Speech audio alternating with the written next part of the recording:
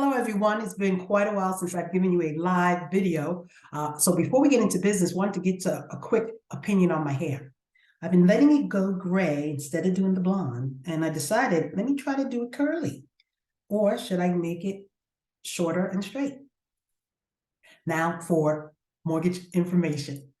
Right now, you can increase your purchase power should you be buying in the near future, because mortgage insurance has decreased for FHA loans, Federal Housing Administration, and the VA has reduced their funding fees. So that means more purchase power, especially in this market. So let's get to what does it really mean to you?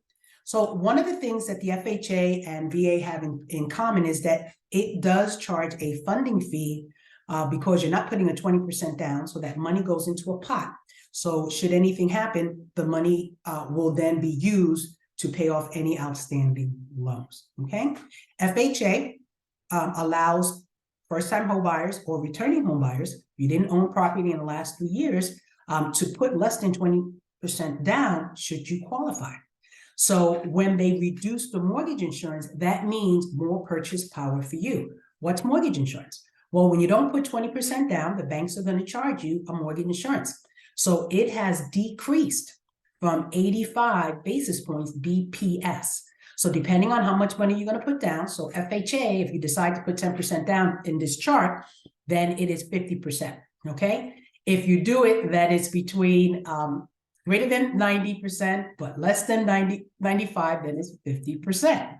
So they give you all these numbers, but at the end, I'm going to help you in regards to letting you know what that mortgage insurance is going to be, because now it has been reduced significantly, and then it allows you to increase your purchase power, especially in this market.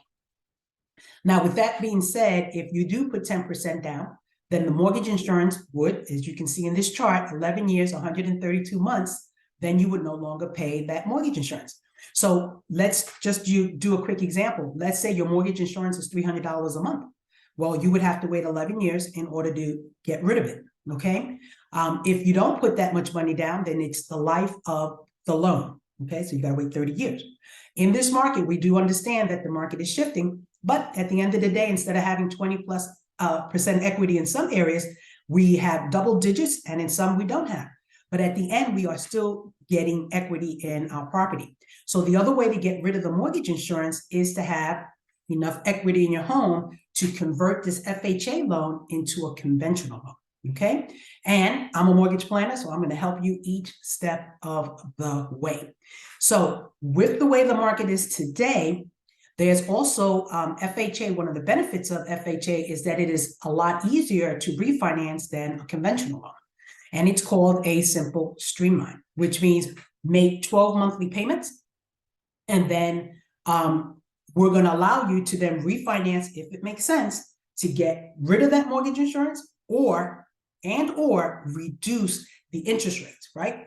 And it has to make sense, because we want to make you save at least $200 to $300 a month to make up for what? The closing costs that it takes for refinance, okay? So with a streamline, there's no appraisal. You make your payments on time for the next 12 months. We make sure that it's going to make sense. And then we let you know what your new mortgage payment is going to be. Okay?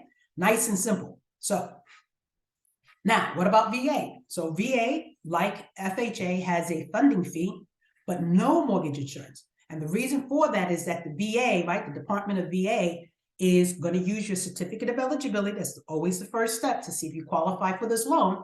And then once you do qualify for this loan, it's zero down, okay? Now, who is exempt from paying this funding fee?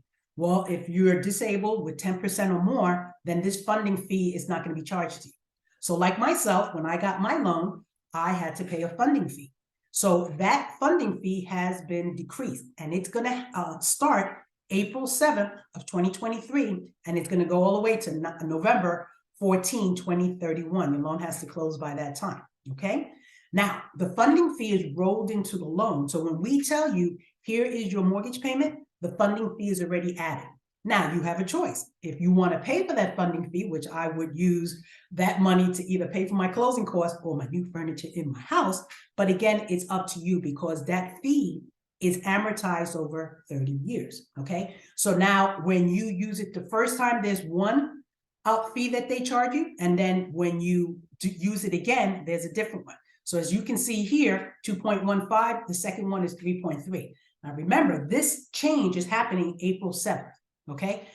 So this is what's reflective of it. Now, if you decide to put money down on a VA loan, 5%, 10%, then your funding fee decreases. But if you're exempt, why would you put money down? One, you want to put money down because you want to reduce the payment. Again, we're going to give you all these different options so that you can make your decision accordingly. It is so great to see you. I look forward to any phone calls that you may have, especially about the hair. I'll chat with you later. Bye.